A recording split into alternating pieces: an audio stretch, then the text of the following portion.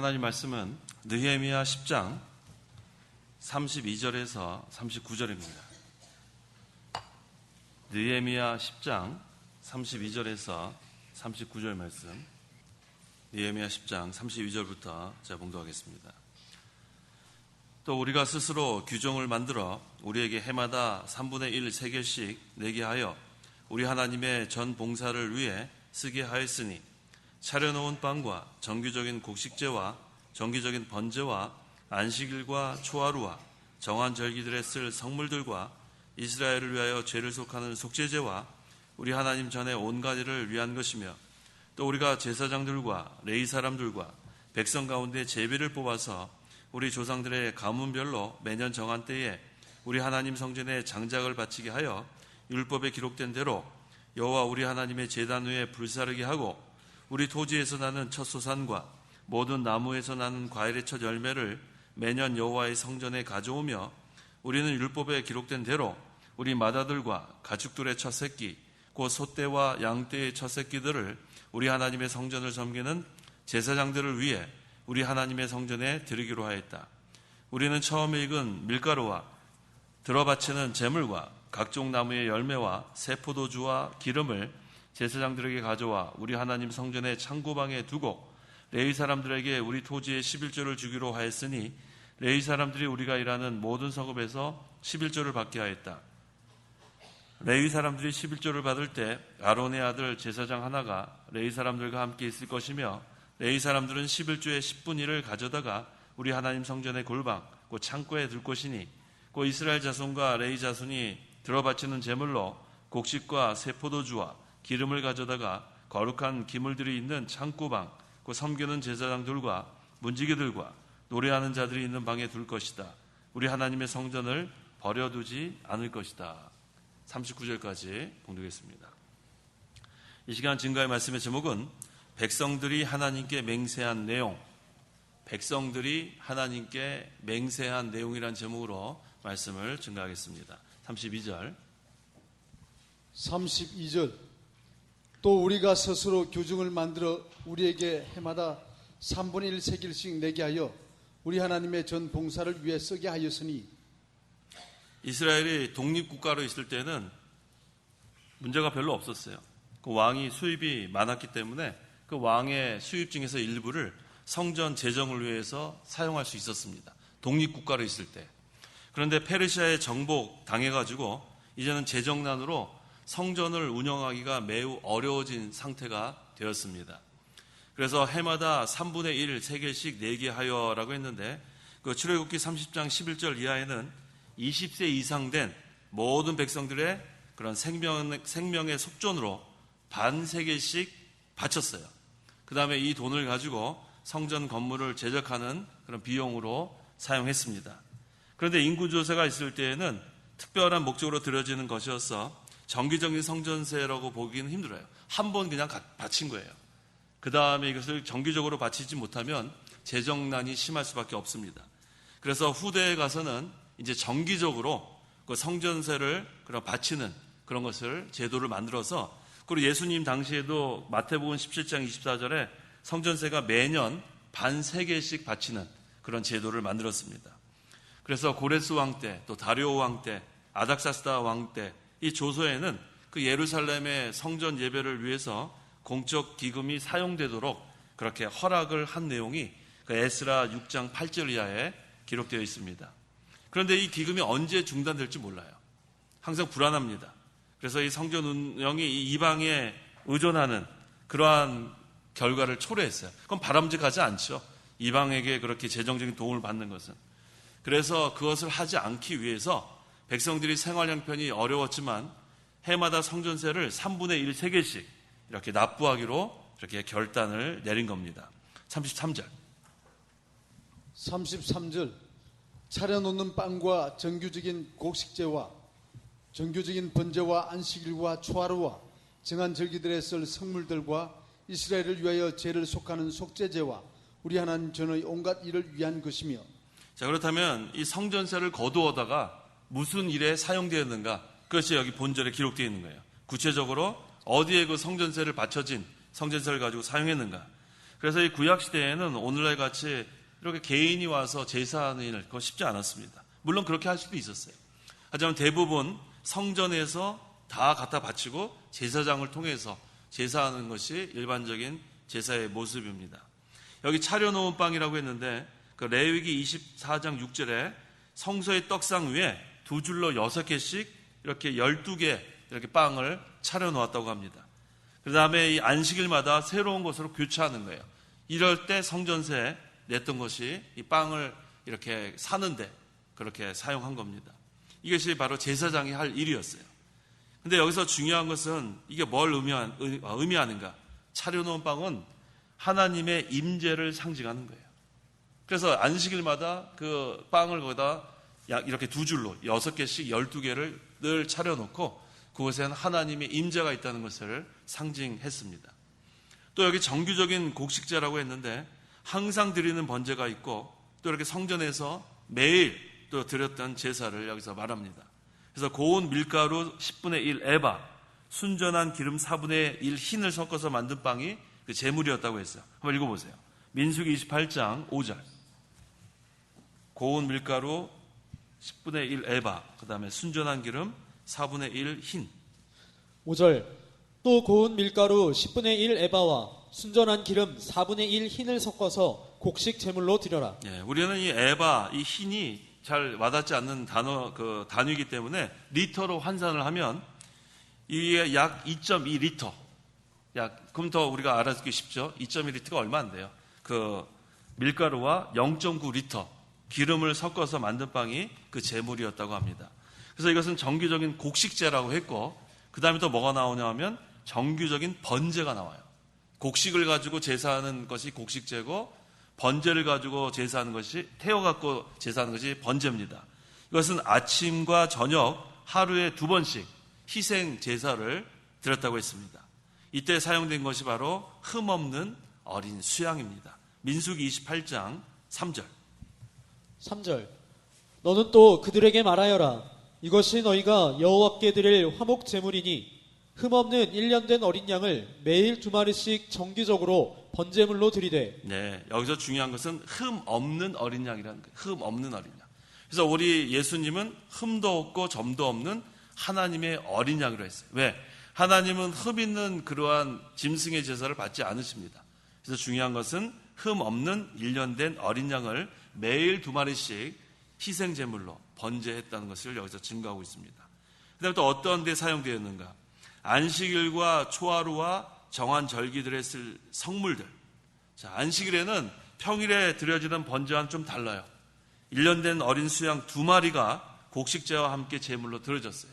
그러니까 매일 드리는 제사가 있었고 또 안식일에 특별히 드리는 제사가 있는 것을 여기서 알 수 있습니다. 그럴 때 성전세가 거두어졌던 것이 여기서 다 사용되는 거예요. 또 초하루에는 수송아지 2마리와 수양 1마리, 그리고 어린 수양 7마리가 곡식제와 함께 제물로 드려졌다. 자, 여기서 이렇게 왜 구체적으로 이렇게 증거하고 있냐면 그 성전세가 어디에 쓰여졌는지 그것을 여기서 보여주는 거예요. 그래서 정한 절기가 나오죠. 보통 우리가 3대 절기를 뭐라고 하죠? 3대 절기. 유월절, 맥주절, 초막절. 예, 그러한 3대 절기. 그때 엄청난 양의 제물이 거기에 바쳐집니다. 그런 것들을 다 증거하고 있는 거예요. 또 뭐가 나오냐면 이스라엘을 위하여 죄를 속하는 속죄제. 자, 이것은 뭐냐 하면 2가지 용도예요. 하나는 개인의 죄의 용서를 위한 속죄제가 있고 온 회중을 위한 속죄제가 있었어요. 그래서 이 이스라엘 백성들은 죄 지은 것을 하나님 앞에 이 제사를 통해서 다 하나님께 구하는 거예요. 그래서 개인의 죄를 이렇게 구하는, 용서를 구하는 속죄제, 온 회중을 위한 속죄제. 그래서 우리 성도들도 오늘날 각자가 개인 기도를 통해서 회개 기도 많이 하는 게 중요합니다. 우리는 회개할 게 참 많아요. 오늘 3일 예배인데 벌써 또 3일 예배 설교하려고 그러면 저도 회개할 게 많고 성도 여러분들도 회개할 게 참 많아요. 일주일도 채 가지 않아서 참 회개할 게 많아요. 그 다음에 또 여기 모여서 우리 예배 시간에, 그래서 제가 항상 그러잖아요. 오면은 다른 거 기도하기보다는 회개 기도부터 하는 게 제일 좋아요. 여러분들 제 그 기도 시간에 은혜를 많이 받고 싶죠? 어떤 기도를 하면 제일 은혜를 많이 받는지 아세요? 무슨 기도요? 회개 기도하면 은혜 제일 많이. 특별히 어떤 회개기도 눈물을 줄줄 흘리면서 회개하면 하나님이 얼마나 마음에 기쁨과 평강을 주시는지 몰라요. 그러면은 우리 보통 이렇게 사람들 얼굴 시커먼 사람이지, 시커먼 사람. 그 사람들도 회개하면 얼굴이 환해져요. 얼굴 시커먼 사람 있죠? 마음에 편안치 못해서 그래요. 편안치 못해서. 마음이 편안하면은 우리가 뭐 얼마나 기뻐요. 얼굴이 얼마나 기쁨이 충만합니까? 벌써 얼굴이 시커먼 사람이 있어요. 뭔가가 이렇게 마음속에 풀리지 않는 사람. 그거를 풀어야 돼요. 그거 풀면은 마음속에 하나님 나라가 이루어지는 거예요. 그걸 빨리 풀어야 돼요. 마음속에 걱정, 근심, 마음속에 응어진 거, 마음속에 꿍한 거, 이거 다 풀어버려야 돼요. 그거 풀지 않으면은 항상 얼굴이 어두워요. 그래서 우리 성경에 나오잖아요. 심정이 편안한 사람은 얼굴도 환해지는 거예요. 그래서 우리가 항상 이 석권제, 개인의 속죄를 위한 제사, 또 회중의 속죄를 위한 제사, 오늘날도 마찬가지예요. 자신의 죄 가지고 항상 기도하세요. 자기가 죄인인 줄 알고, 그 다음에 예배당에 모여서 예배할 때 와서 또 우리가 또 회개하고, 하나님이 그거 제일 기뻐하세요. 그래서 하나님은 회개하는 자의 기도를 제일 기뻐하십니다. 근데 우리는 회개 잘 안 해요. 우리는 자기 죄인인 것도 몰라요. 죄인인 것도. 항상 자기 죄 찾아서 회개하면 하나님이 용서해 주시고, 그 다음에 마음이 기쁘니까 얼굴이 환해지는 거예요. 얼굴 시커먼 사람 되면 안 돼요. 뭐가 그렇게 불안한지 얼굴이 시커매가지고 마음이 편안해야 돼요. 항상 하나님께 막힌 게 없어요. 그렇게 하면 하나님께서 이 우리 심령에 하나님 나라가 이루어지는 겁니다. 그 다음에 또 뭐가 있습니까? 하나님 전에 온갖 일. 이게 뭐냐면 성전 유지를 위한 거.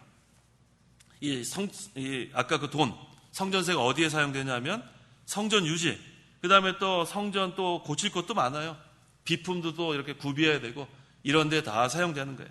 자, 그렇다면 오늘날 이 연보를 우리가 적용할 수 있죠? 이 연보도 이런 데 다 사용되는 거예요. 연보, 특별히 우리 창광교회는 연보가 제일 많이 사용되는 게 우리 그 총회, 신대원, 또 선교비, 또 구제비, 그 기타 얼마나 많이 그렇게 사용됩니까? 그래서 연보가 이렇게 사용되는 거 참 중요한데 용도로 사용되는 게 중요합니다. 34절. 34절. 또 우리가 제사장들과 레위 사람들과 백성 가운데 제비를 뽑아서 우리 조상들의 가문별로 매년 정한 때에 우리 하나님 성전에 장작을 바치게 하여 율법에 기록된 대로 여호와 우리 하나님의 제단 위에서 불사르게 하고. 자, 여기 또 새로운 규정이 나오죠. 희생 제사 때 사용되는 많은 양의 장작이 또 필요해요. 장작이 뭐냐면 그 땔감, 이렇게 불태우는 나무, 이것을 또 조달하기 위해 또 여기 어떤 규정이 있는데, 이 레위기에도 이러한 규정이 있어요. 그 레위기 6장 12절. 그런데 거기에는 이 장작의 조달을 위해 각 가문에게 물량을 할당하는 것은 증거하지 않습니다. 근데 여기는 그것을 증거하고 있는 거예요. 정한 때에 우리 하나님 성전에 장작을 바치게 하여라고 했어요. 자, 이 역사가 요세푸스에 의하면 이스라엘 백성이 스스로 채집한 나무를 성전에 드린 날이 종교력으로는 5월달, 또 요새 우리가 쓰는 달력은 7, 8월달에 이렇게 그 장작, 그런 나무들을 다 성전에 바쳤대요. 근데 그것이 상당한 축제로 여겼다고 합니다. 거기에는 어떤 의미가 있는가? 여기 보면은 율법에 기록된 대로 여호와 우리 하나님이 제단 위에서 불사르게 하고라고 했어요. 그 제단의 불을 항상 피워야 된다는 것이 이 사람들의 항상 마음이었어요. 제단에는 항상 불이 타 있어야 된다. 이거 뭘 의미하는가? 항상 열정, 그런 것들이 거기서 나타나는 거예요. 불이 계속 타올라야 돼요. 그래서 그 장작이 얼마나 많이 필요했는지 모릅니다. 불이 꺼지면 안 되니까 계속해서 장작을 거기다 바치고, 그러니까 이 장작 바치는 날을 축제일로 정한 거예요.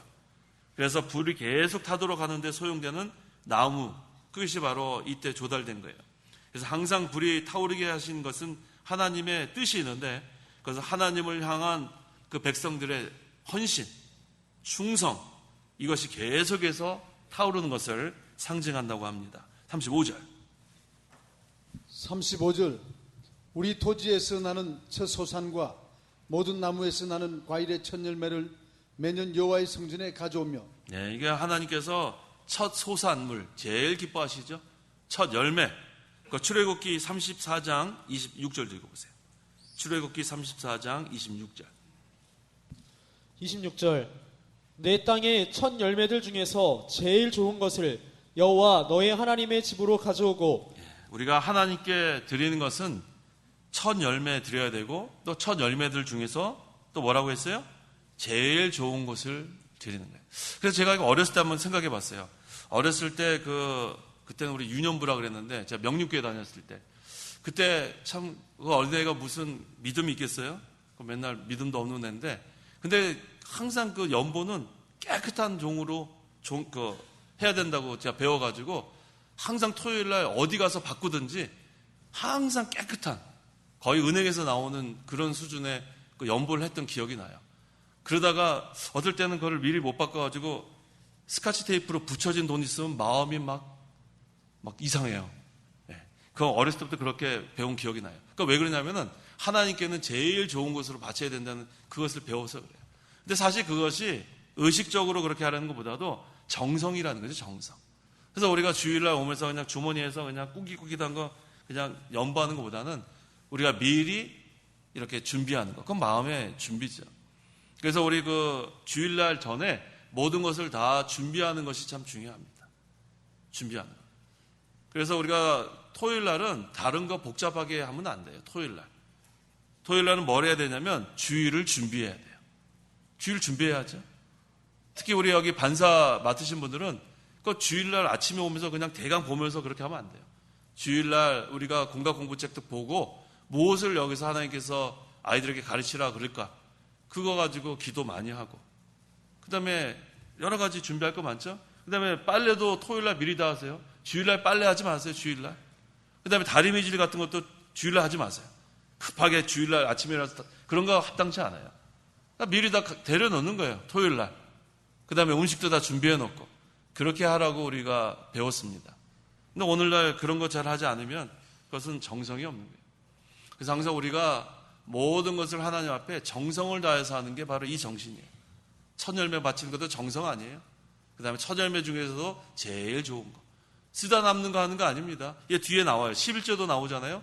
11조도 미리 띄어놔야지 다 쓸 거 다 쓴 다음에 11조 못해요. 그거 뒤에 나옵니다. 그때 또 하도록 하고. 그래서 우리는 토지에서 나는 첫 소산, 모든 나무에서 나는 과일의 첫 열매, 하나님께 드리는 거 참 귀한 거예요. 그래서 하나님 것을 하나님께 드리는 그러한 정성, 그 다음에 가장 좋은 것으로 하나님께 바치는 것. 이것이 모세의 율법에도 나와 있는데 아까 출애굽기 읽었죠? 예, 거기도 나와 있지만 중요한 것은 우리가 정성을 다하라는 게 정성을 다해서 하나님 그것을 요구하세요. 하나님 우리의 뭐를 보신다고 했어요? 중심이 뭐라고 했어요? 마음의 마음. 하나님 우리의 마음을 보세요. 그래서 우리 연보할 때도 그래서 인색한 마음으로 하는 거 받지 않는다는 게 바로 그거예요. 벌써 마음이 자원하고 기쁨으로 이렇게 하는 것은 벌써 이미 받은 거예요. 하나님께서. 그래서 우리가 항상 하나님께서 우리에게 요구하신 게 무엇인가? 하나님께서 우리의 무엇을 보시는가? 마음을 보신다는 거 늘 기억하시기 바랍니다. 그래서 특별히 여기 레위 사람들은 별다른 기업을 배분받은 게 없어요. 그래서 성전에서 나오는 것으로 이 레위 사람들은 그러한 생활 유지를 했습니다. 36절 우리는 율법에 기록된 대로 우리 맏아들과 가축들의 첫 새끼 곧 소떼와 양떼의 첫 새끼들을 우리 하나님의 성전을 섬기는 제사장들을 위해 우리 하나님의 성전에 드리기로 하였다. 네, 그래서 맏아들, 그 다음에 가축들의 첫 새끼를 하나님께 바치기로 했다. 이게 그들이 하나님께 맹세한 것, 만든 규정입니다. 이와 같이 사람을 포함한 모든 초태생을 하나님께 바쳐야 했던 것은 뭘 의미하냐면 만물의 창조주가 하나님이심을 기억하게 하려는 것이 목적이에요. 천지 만물을 창조하신 분은 하나님이다. 그래서 제일 좋은 것, 첫 번째 것은 하나님께 바치는 거다. 그런 것을 이스라엘 백성들이 자녀들에게도 다 가르쳐 준 거예요. 그래서 맏아들을 하나님께 바치게 된 기원을 찾아보면 우리 출애굽 직전에 10가지 재앙이 있었죠. 그래서 10번째 재앙이 뭐였어요? 첫 번째 아들, 맏아들, 장자 다 죽였어요. 사람만 죽였어요? 짐승은 안 죽였어요? 짐승도 다 죽였어요. 근데 어디에 있는 사람들만 살았어요? 고센 땅에 있던 이스라엘 백성들의 장자는 다 살았어요. 거기에 있던 그 첫 새끼들도 다 살았어요. 그래서 이 맏아들을 하나님께 바치게 된 기원은 그 이집트의 모든 초태성은 다 죽었지만 고센 땅에 있었던 이스라엘의 모든 초태성은 다 죽이지 않았다는 거예요. 그래서 맏아들을 대속하게 했던 것은 백성 전체가 몸과 마음을 거룩하게 해서 하나님께 온전한 제사를 드린다는 것을 여기서 뜻합니다. 자, 한번 찾아봅시다. 출애굽기 13장 13절부터 읽어보세요. 출애굽기 13장 13절부터. 13절. 너는 나귀에 처음 태어난 것은 모두 어린 양으로 대속하되 대속하지 않으려면 그것을 목을 꺾으라. 너희 아들들 중에서 처음 태어난 남자는 다 대속하리라. 장차 너희 아들이 내게 묻기를 이것이 무엇입니까 하거든 그에게 말하리라. 여호와께서 우리를 건농의 손으로 이집트에서 곧 종이 되었던 집에서 이끌어내셨으며 그때 바로가 완악하여 우리를 보내지 않으므로 여호와께서 이집트 땅의 처음 태어난 모든 것을 사람의 처음 태어난 자부터 가축의 처음 태어난 것까지 다 죽이셨다. 그러므로 내가 태어난 처음 난 것의 모든 수컷을 여호와께 제물로 바치고 내 아들들 가운데서 맏아들을 내가 모두 대속하는 것이다. 여기 13절에 너는 나귀에 처음 난 것은 모두 어린 양으로 대속하되 그랬어요. 자, 나귀에 처음 난 것은 모두 어린 양으로 대속하라 그랬어요. 나귀는 근데 부정한 짐승이에요. 양은 깨끗하지만 나귀는 부정해요. 그러니까 이 부정한 짐승이니까 처음 난 것을 하나님께 바치지 못해요. 그래서 어떻게 하라 그랬냐면 대속하지 않으려면 어떻게 하라 그랬어요? 그것의 목을 꺾으라 그랬어요. 이 부정한 짐승의 목을 꺾으라. 그건 무슨 얘기냐면 부정한 것은 하나님 받지 않으신다는 거예요. 그걸 기억하라는 거예요. 뭘 받지 않아요? 부정한 것은 받지 않아요. 그래서 우리가 회개해야 돼요. 하나님이 받으시는 것은 정결한 걸 받으시는 거예요. 뭐도 없고 뭐도 없어요? 흠도 없고 점도 없는 정결한 어린 양을 받으시는 거예요. 그래서 제가 자꾸만 회개를 강조하는 게 우리가 정결해야 돼요. 우리가 부정한 거 다 회개해야 정결해집니다. 그러니까 우리가 얼마나 더러워요. 우리는 이 부패성이 남아있기 때문에 이 욕심이 남아있기 때문에 이것은 부정한 거예요, 하나님 앞에. 그래서 우리가 하나님 앞에 예배하기 전에 이 부정한 몸으로 왔지만 여기서 다 회개하고 정결한 몸. 옛날에 그 흠도 없고 점도 없는 제사, 그 짐승으로 제사했다는 것은 오늘날 우리 성도는 다 제사장으로 이 자리에 나온 거예요. 왕 같은 제사장. 그래서 우리가 정결한 그러한 하나님이 받으실 만한 그러한 자로 이 자리에 나오려면 벌써 우리는 때가 많이 묻었어요. 3일밖에 안 됐지만. 그러니까 어떻게 해요? 그래서 오자마자 뭐부터 하라고요? 회개부터 하라는 거예요. 저도 여기 뒤에 강제성에서 회개하지 뭐 하겠어요. 회개하고 하나님 또 이 부정한 거 용서해달라. 아까 이 부정한 나귀는 목을 어떻게 했다고요? 꺾어버리십니다. 이게 벌 받는 거예요. 하나님 앞에 우리가 회개하지 않으면 안 돼요. 부정한 그런 것을 다 우리가 회개하고 하나님 앞에 내가 얼마나 죄인입니까? 하나님 용서해달라고 회개하면 벌써 하나님께서 또 우리를 깨끗하게 용서해 주시고 그 다음에 그 예배를 또 받아주시고 그래서 여기 이 제사를 통해서 구약의 제사를 통해서 오늘날 우리 예배의 모습을 발견할 수가 있습니다.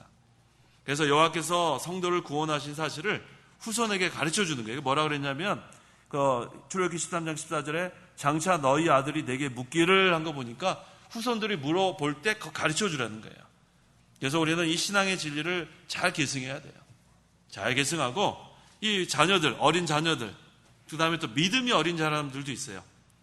우리 장년 중에서도 믿음이 어린 자들에게 이 여호와께서 그리스도를 통해서 그 구원하신 구속의 도리 이거 가르쳐 줘야 돼요. 우리가 뭐 나이만 있다고 해서 믿음이 자라난 게 아니에요. 초신자들도 있잖아요. 그런 사람에게 이 그리스도의 대속의 죽음 이것을 우리가 설명해 줘야 합니다. 그래야 그 사람들이 믿음의 굳건히 서요. 이 믿음이 어린 사람들은 흔들흔들해요. 우리가 오랫동안 신앙생활을 했다고 해서 믿음에 굳게 선 게 아니에요. 그걸 아셔야 돼요. 마땅히 우리가 선생돼야 되지만 아직도 선생되지 못하는 사람들이 대부분입니다. 자라나지 못해서 그런 거예요. 그러니까 수십 년 동안 우리가 믿음 생활했다고 자랑할 게 없어요. 중요한 것은 자라나는 거예요. 어떤 사람은 신앙생활을 한 지 얼마 안 됐는데 쑥 자라는 사람이 있어요. 쑥 자라는 사람. 그거는 순수해서 그래요. 순수해서. 이 어린아이 같이 되라고 했죠. 어린아이 같이. 어린아이 같이 되지 않으면 어디 못 들어간다? 천국에 못 들어간다. 하늘나라에 못 들어간다. 이게 무슨 얘기예요? 순진하라는 거예요. 순진하라. 순수해라. 뭐 따지고 의심하고 뭐 재고 이런 거 하지 말라는 거예요. 하나님의 말씀은 그대로 믿고 순종하는 거예요. 오늘 제가 우리 신대원 2학년 학생 강의할 때도 뭐가 나왔냐면 기독론 가르쳤는데 그리스도의 신성과 인성에 대해서 강의를 했어요. 신성과 인성. 근데 거기 모여있는 우리 학생들 2학년이 몇 명이에요? 23명.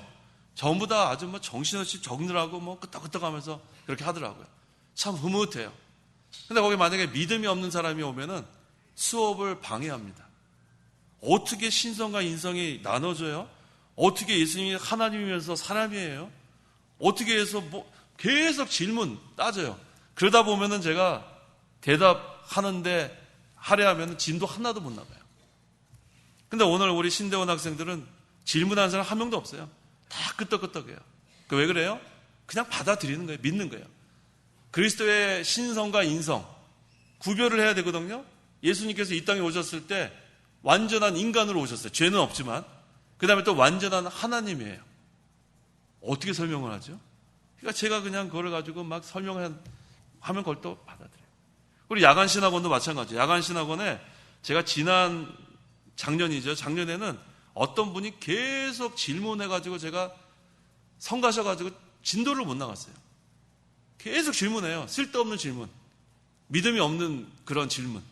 그러니까 어떻게 해요? 계속해서 조용히 하라고 해도 계속하고. 근데 그거를 이제는 안 받아줬어요. 그런 질문. 근데 요새 진도 쑥쑥 나가요. 그러니까 믿음이 없는 사람 다 설명해 줄 수가 없어요. 삼위일체도 설명할 수 없죠? 삼위일체 어떻게 설명해요? 성부 하나님이 계시고 성자 하나님이 계시고 성령 하나님이 계신데 그 하나님이 한 분이다. 그래서 우리가 성경에서 이성적으로 또 이론적으로 이해할 수 없는 것은 어떻게 알아? 어떻게 알아? 따져라? 믿어라. 이게 답이에요. 그래서 믿음이 없으면은 자라나지 못해요. 믿음이 없으면. 그래서 우리가 이 인간의 그런 지식으로 이해하지 못하는 것은 그대로 믿는 거예요. 그래서 성경이 뭐라고 하냐면 어린아이 같이 되지 않으면 뭐라고 했어요? 하늘나라에 들어갈 수가 없어요. 믿음이 없으면 어떻게 들어가요? 그래서 제일 믿기 힘든 사람들이 세상에서 자기 똑똑하다는 사람들, 똑똑하다는 사람. 자기 똑똑하다. 그런데 감사한 것은 고린도전서 1장에 뭐라고 그랬어요? 하나님이 그런 자들을 부르지 않고 한번 찾아보세요. 어떤 사람을 불렀어요? 나는 똑똑하다. 그런 사람 부르지 않았죠? 어떤 사람 불렀어요? 고린도전서 1장 27절. 그러나 하나님께서 지혜로운 자들을 부끄럽게 하시려고 세상의 어리석은 것들을 택하셨으며 강한 것들을 부끄럽게 하시려고 세상의 약한 것들을 택하셨다. 하나님께서는 있는 것들을 쓸모없게 하시려고 세상의 비천한 것들과 멸시받는 것들과 없는 것들을 택하셨으니 이는 아무 육체라도 하나님 앞에서 자랑하지 못하게 하려는 것이다. 아마 이 성경 구절 보니까 마음에 막 와닿지 않으세요? 여기 우리에 대해서 너무 잘 지금 설명이 되어 있어요. 야, 똑똑한 사람 불렀으면 저도 여기 설 수가 없었고 여러분들 거기 앉을 수가 없어요.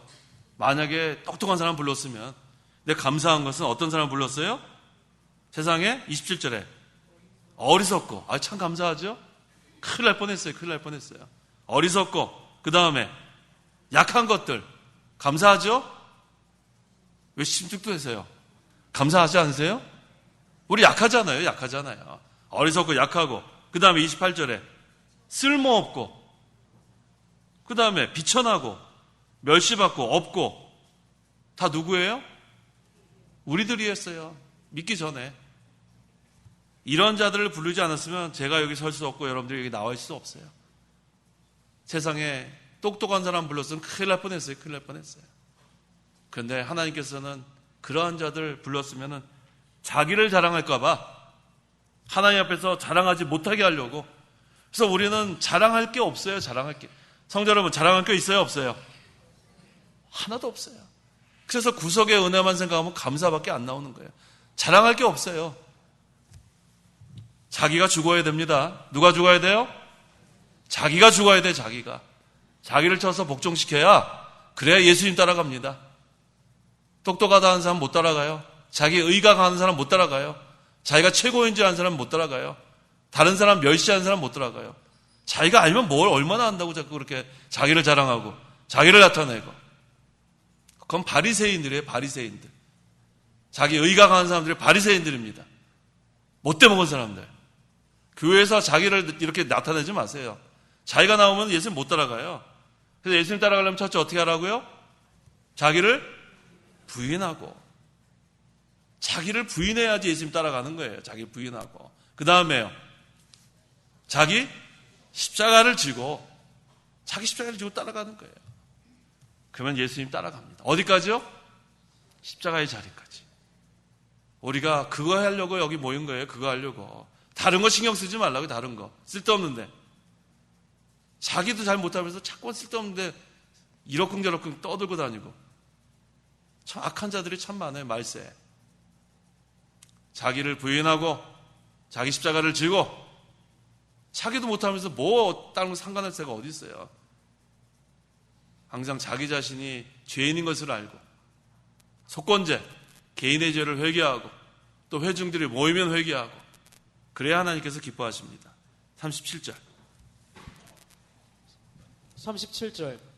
우리는 처음 익은 밀가루와 들어바치는 제물과 각종 나무의 열매와 새 포도주와 기름을 제사장들에게 가져와 우리 하나님 성전의 창고방에 두고 레위 사람들에게 우리 토지에 11조를 주기로 하였으니 레위 사람들이 우리가 일하는 모든 성읍에서 11조를 받게 하였다. 예, 마지막 이 맹세한 게 11조에 대한 거예요. 36절까지는 성전에서의 희생 제사를 위해서 바쳐진 거 증거했고, 본절은 제사장들의 생활을 위해 바쳐진 예물들 증거하고 있습니다. 모든 소득의 11조를 하나님께 드리려는 것이 이 백성들의 그러한 하나님에 대한 맹세였어요. 처음 익은 밀가루, 이건 가장 좋은 밀가루를 바친다는 거고, 들어바치는 제물, 이것도 하나님께 이 제사장의 몫을 위해서 바쳤다는 거고, 또 하나님 성전의 창고방, 그래서 성전 건물 안에 이렇게 만들어 놓은 거예요. 그 다음에 여기 뭐가 나오냐면 토지의 11조라고 했어요. 이것은 다른 지파들처럼 이 레위 사람들에게는 이 기업을 주지 않았어요. 그러니까 이 레위인들 이렇게 먹고 살게 하기 위해서 11조.